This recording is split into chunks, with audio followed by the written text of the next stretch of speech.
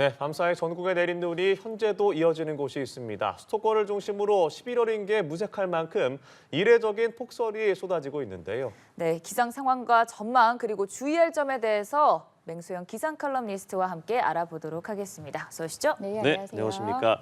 정말 이례적이다라는 말이 계속해서 나오고 있습니다. 지금까지 눈이 얼마나 내렸습니까? 상당합니다. 지금 이제 서울과 그리고 특히 경기도 지방에서 어제 오전까지만 해도 한강 북쪽 지역, 그러니까 이 북 지역으로 주로 많은 양의 눈이 내려 쌓였는데 어젯밤부터는 이 이남 지역, 경기 남부 지역에 많은 양의 눈이 내려 쌓이면서 이들 지역, 특히 용인 같은 경우에는 43.9cm의 적설을 나타내고 있는데요.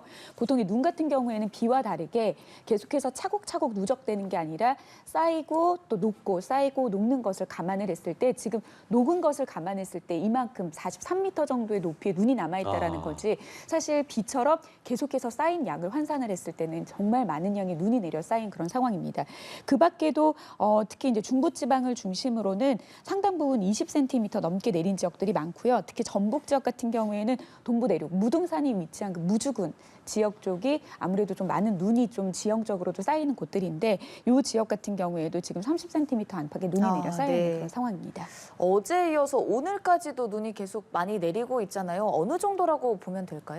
지금 일단 특보 상황을 조금 살펴보시면 네. 오늘 오전 7시에 아무래도 이제 밤 동안에는 기온이 낮아지기 때문에 눈이 더 많이 내리는 그런 상황인데 이제 아무래도 해가 뜨고 나면은 기온이 올라가고 또 눈구름이 소강 상태에 접어드는 지역들에서는 좀 그칩니다. 그렇기 때문에 기상청에서는 오늘 오전 7시를 기해서 앞서 말씀드렸던 많은 양의 눈이 내려 쌓였던 전북 동부 내륙 지역의 대설 경보 그리고 그 주변 지역의 주의보를 해제를 했고요. 그리고 경기도 지역 쪽에서도 북부 지역에 위치한 곳들은 주의보를 해제를 했습니다만 서울 전 지역에는 지금 대설 경보 24시간 내에 추가적으로 20cm의 눈이 더 내릴 것으로 보이는 지역들 그리고 경기 남부 지역도 상당 지역으로 많은 지역에 대설 경보가 내려져 있고요.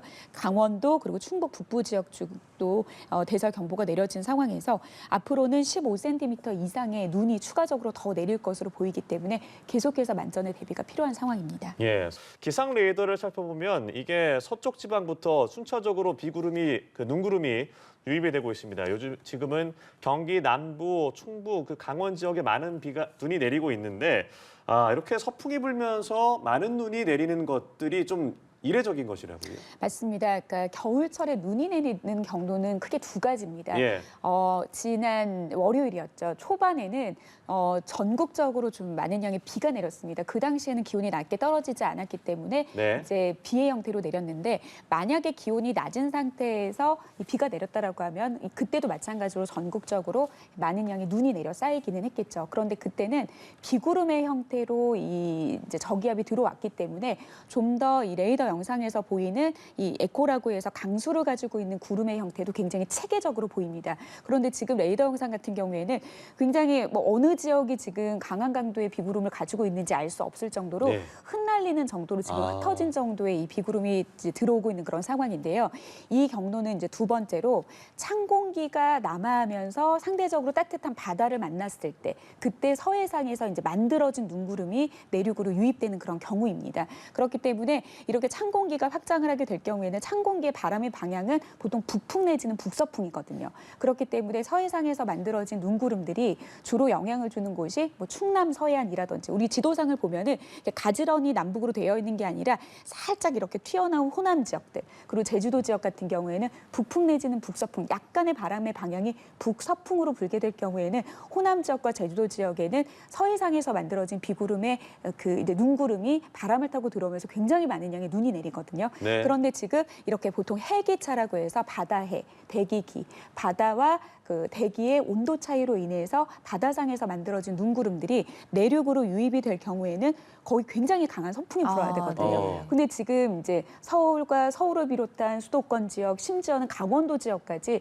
이런 해기차에 의해서 만들어진 구름들이 이 내륙으로 유입이 됐다라고 하는 것은 좀 흔하지 않은 서풍이 굉장히 강하게 불고 있기 때문에 좀 유입이 됐다라는 그런 어떤 특이사항을 좀 볼 수 있는 그런 상황이고요.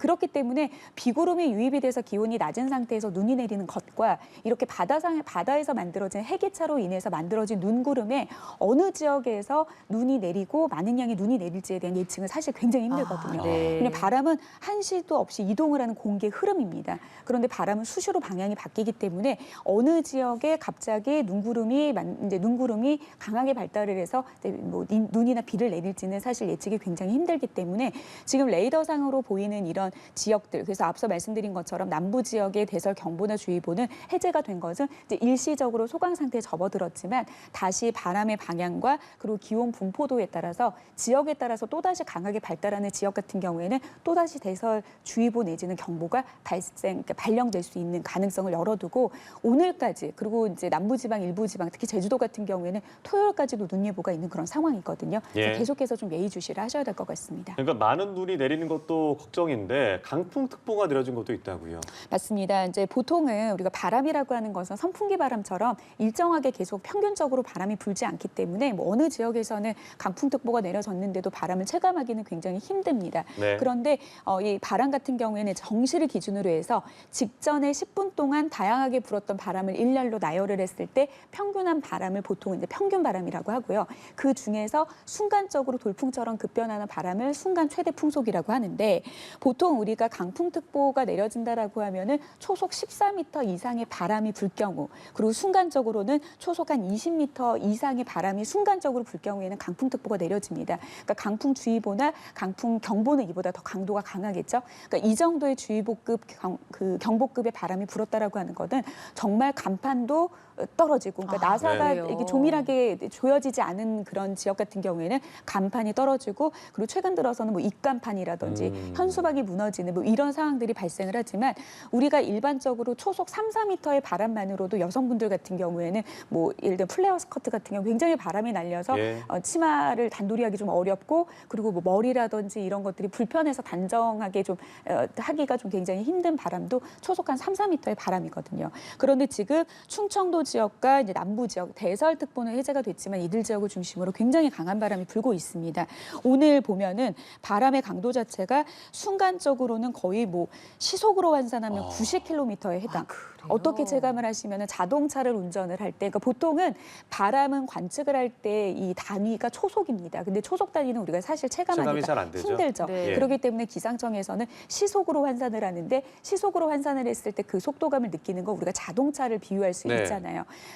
아무런 바람이 불지 않는다라는 가정하에 창문을 모두 열고 오픈카로 갑작스럽게 90km의 가속 페달을 밟았을 때 느껴지는 바람이 순간적으로 불 경우에는 거의 우리가 뭐 줄다리기를 할 때도 계속 일정한 힘을 주는 것보다가 순간적으로 확 끌어당겼을 때 훨씬 더 강한 강도의 그 힘으로 피해가 발생을 하기 때문에 지금 강풍특보, 특히 해안가 지역은 바람막이가 없어서 찬바람을 고스란히 맞닥뜨리거든요. 그래서 해안 지역은 강풍, 경보 이렇게 되면 순간 풍속은 거의 시속으로 100km도 넘는 그런 강한 바람이 순간적으로 불 수 있기 때문에 특히 이제 남부지방 서해 바다를 맞닥뜨리고 있는 지역들은 좀 강풍에 대한 대비도 계속해서 좀 해주셔야 될 것 같습니다. 네, 폭설에 강풍 대비 좀 철저히 해주셔야겠고요. 사실 11월이잖아요, 아직. 근데 이렇게 많은 눈이 내린다는 게 좀 생경하기도 하거든요. 그 이유는 뭐라고 봐야 될까요? 여러 가지 이유가 있습니다. 좀 거시적인 관점에서 좀 더 좁혀서 좀 이제 원인을 좀 분석을 하다 보면은 뭐 예전같이 날씨가 않습니다라고 이야기하는 모든 원인은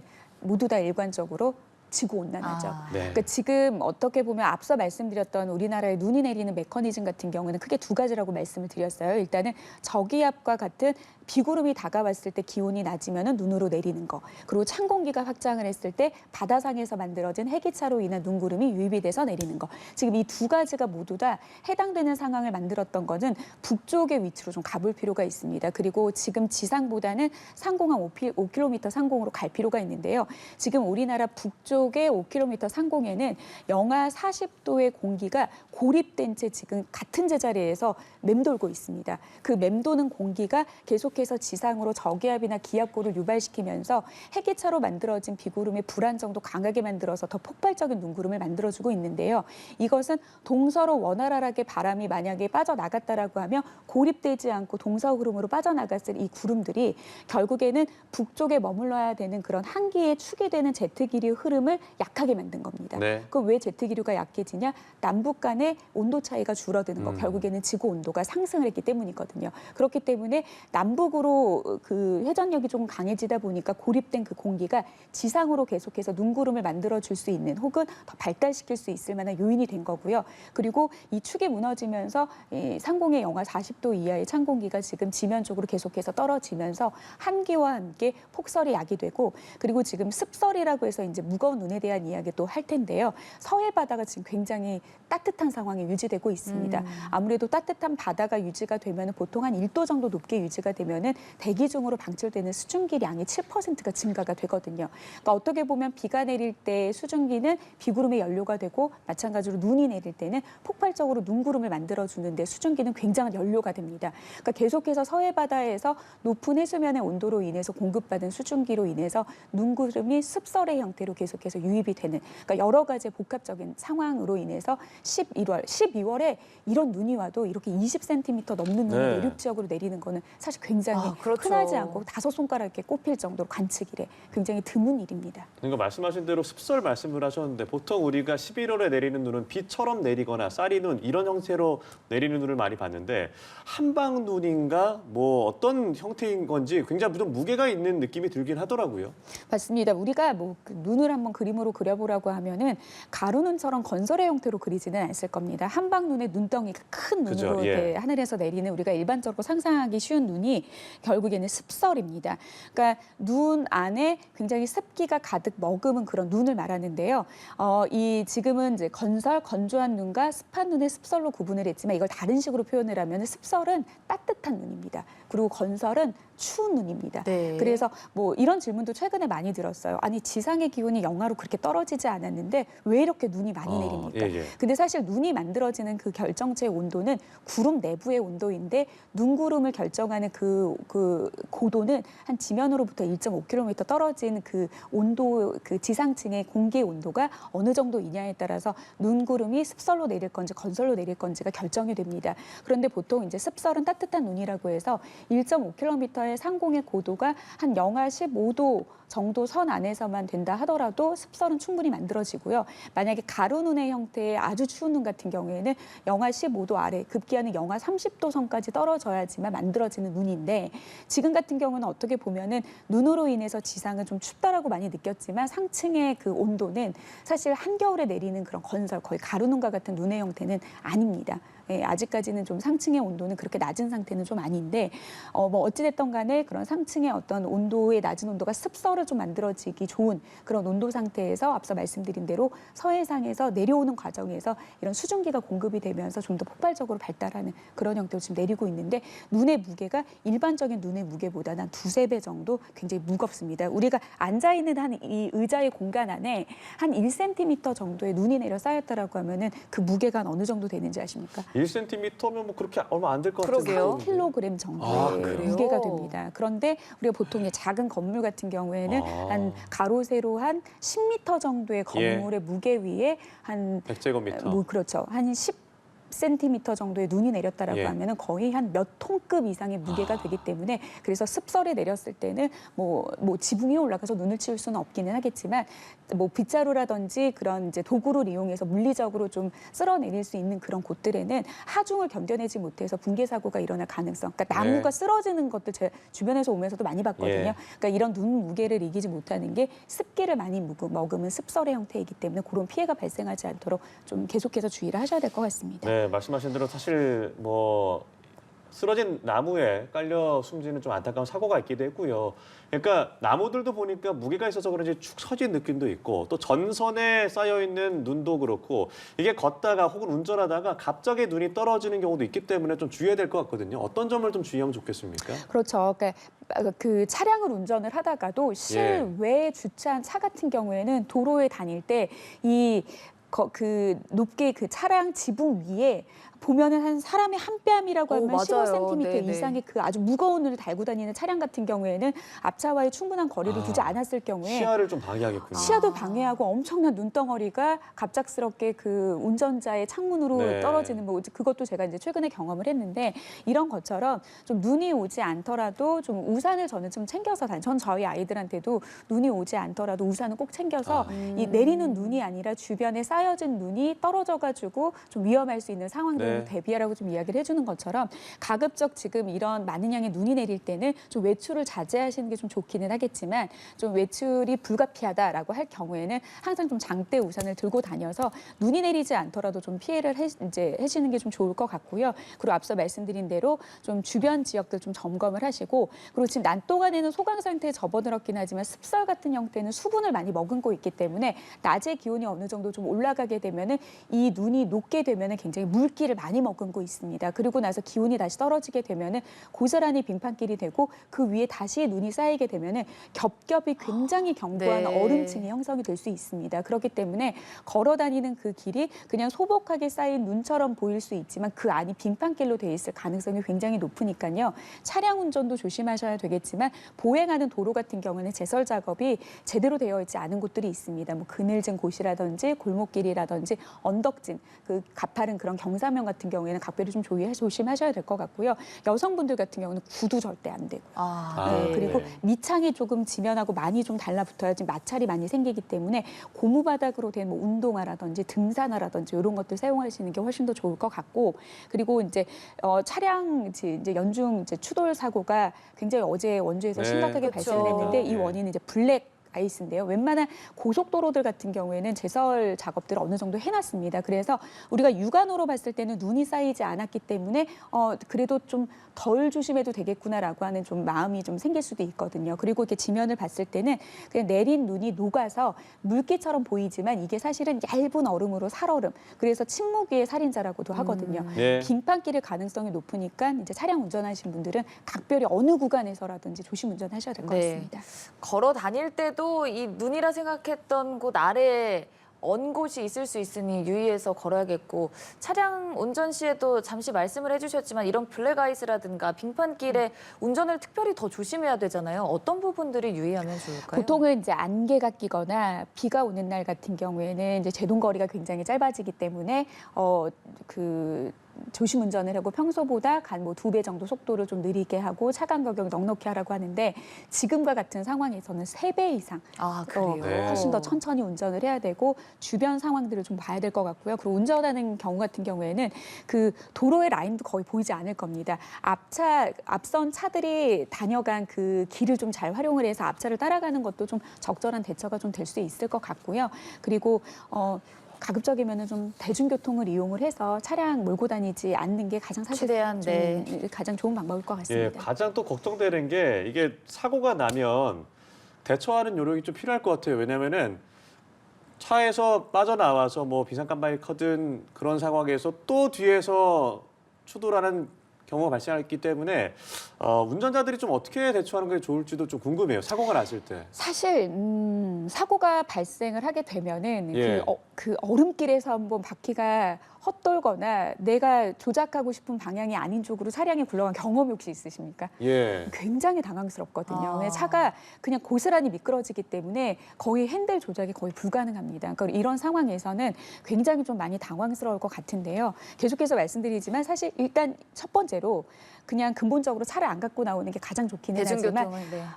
차 이렇게 좀 눈 예보가 좀 있는 날에는 그러니까 우리가 이번에 이제 많은 눈이 내린 것을 조금 교훈 삼아서 올 겨울 같은 경우에도 한 번 눈이 내렸다면 이런 폭설의 형태로 내릴 가능성이 굉장히 많습니다. 그 이유는 여러 가지 기상 여건들이 폭설의 형태로 눈구름을 발달시킬 수 있을 만한 요인들이 굉장히 많거든요. 네. 그러니까 월동 장비를 차량에 꼭 넣어두고 다니고 만일에 대비를 했을 때 이제 사고가 발생을 했을 때 지금 사고가 난 상황이라는 거를 주변 차량들이 좀 일찌감치 인지를 하고 왜냐하면 근처에서 인지를 하고서 뭔가 브레이크를 밟았을 때 빙판길에서 브레이크를 밟는 그런 행동이 사실 제일 위험한 그런 행동인 거거든요. 네. 그렇기 때문에 그러니까 차량을 운전을 할 때는 어떤 사고가 났을 때 대피 이전에 좀 미끄러짐 사고에 좀 미리 대비를 좀 하셔야 될 것 같고 부득이하게 좀 외출을 사고가 해야 된다라고 났다면, 했을 때는 예. 월동 장구를 좀 잘 예. 챙기셔서 그 만일의 사태에 대해서 좀 대비를 하시는 게 좀 좋을 것 같습니다. 네, 이동 시에는 계속해서 주의를 좀 기울여야 될 것 같고 또 앞서서 우리가 습설 얘기를 했지만 이게 눈의 무게가 워낙 무겁다 보니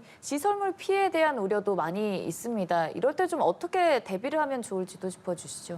그러니까 눈을 계속 자주 쓸어내야 됩니다. 그래요? 예, 물론 이제 많은 눈이 내릴 경우에는 시야 확보도 굉장히 어렵기 때문에 무리하게 눈이 내리고 있는 상황에서 제설 작업을 하는 거는 굉장히 좀 어렵고요. 아무래도 낮 동안에는 눈 구름이 좀 잦아지고 있는 그런 상황이기 때문에 지금 눈이 어느 정도 좀 멈춘 지역들 같은 경우에는 지금 아무리 낮이라 하더라도 지금 기온이 계속해서 주말까지 떨어지는 추세거든요. 그렇기 때문에 내린 눈이 고스란히 쌓여서 빙판길이 될 가능성이 굉장히 높으니까요. 내 집 앞이라든지 이런 것들, 그러니까 그 지자체에서 행정상 어떤 제설 작업을 하지 못하는 구간들이 굉장히 많거든요. 그래서 많은 분들이 좀 집 앞 골목부터 시작해서 좀 빙판길이 되기 이전에 좀 눈을 좀 미리 치워주는 것도 좀 적절한 대비가 될 것으로 보이고요. 네. 뭐 가건물이라든지 비닐하우스나 농가에서는 좀 축대 붕괴, 눈 무게로 인해서 축대가 붕괴가 되거나 이런 사고들이 발생하지 않도록 좀 수시로, 그러니까 너무 무리하시지는 마시고요. 좀 물리적으로 좀 쌓인 눈을 좀 제거할 수 있는 그런 여건과 상황이 된다라고 하면 좀 여러 사람과 함께 위험한 상황이 발생하지 않는 선안에서 좀 눈 제거를 하는 게 어떻게 보면 붕괴 사고를 막는 또 다른 방법이 될 수 있겠습니다. 예, 그럼 오늘도 어제도 이렇게 눈이 계속 내리고 있는데 이번에 시작된 눈이 언제까지 내릴지 또 추위가 또 바로 이어지는 건지 앞으로 날씨 전망도 좀 짚어주시죠. 일단은 오늘 새벽에는 전국 대부분 지역으로 눈이 이제 내렸고요. 오전 네. 중으로는 이제 서서히 남부지방부터 소강 상태로 그치지만 오늘 낮 동안에도 특히 이제 수도권과 강원도 지역 중에서도 경기 남부 지역, 강원도 중에서도 영서 남부 내륙 지역을 중심으로 좀 눈이 계속해서 이어질 것으로 예상이 됩니다. 그리고 오늘 뭐 늦은 밤이 되면은 서울과 수도권 지역은 거의 이제 눈은 소강 상태에 접어들어서 추가적으로 뭐 대설급의 눈이 내리지는 않을 것으로 지금 예상을 하고 있습니다. 네. 근데 다만 앞서도 말씀드린 것처럼 서해상에서 발달한 그런 해기차가 바람을 타고 들어오는 충남과 전북, 제주 지역까지는 이제 토요일까지도 좀 눈 예보가 추가적으로 좀 있을 수도 있고요. 그리고 기상청에서 발표되는 눈 예보를 좀 수시로 좀 체크를 하셔야 되는 게 좀 비와는 다르게 눈 같은 경우에는 이 경계선이 보통 한 지상으로부터 한 800m 정도 떨어져 있는 그 고도에서 영하 4도선이 어디로 위치하느냐에 따라서 비가 될지 눈이 될지의 여부에 대한 결정을 들여다보는 그 강설 예보가 사실 굉장히 좀 어렵거든요. 네. 그리고 앞서 말씀드린 대로 기온의 상황도 상황이지만 바람이 어느 쪽으로 불어지느냐에 따라서도 예측이 되는 구간과 양이 달라질 수 있기 때문에 좀 앞서 지금 말씀드렸던 충청도나 그리고 호남 지역, 제주도에 계신 분들 같은 경우에는 수시로 그 지역에 발표되는 시간대별 그 강수 상황들을 좀 철저하게 좀 살펴보시는 게 좋을 것 같고요. 예. 일단 내일 아침 좀 기온이 가장 낮게 떨어집니다. 아침 최저 기온이 이제 대부분 지역에서는 뭐 영하 5도 가까이 떨어지는, 그러니까 내륙 지역들을 중심으로 네. 이렇게 떨어지고 해안을 제외한 대부분 지역도 영하의 기온을 보일 것으로 보입니다. 그리고 토요일과 일요일에는 기온이 오름세로 돌아서기는 하지만 평년 이맘때보다 좀 낮은 기온의 형태로 계속해서 유지될 가능성이 있습니다. 전국이 영하 7도에서 한 6도 정도. 근데 사실 지난주에 비해서 이번 주에 기온이 떨어지는 그 폭이 한 5도에서 10도 정도였는데 한파특보는 이번에 발효가 되지 않았어요. 네.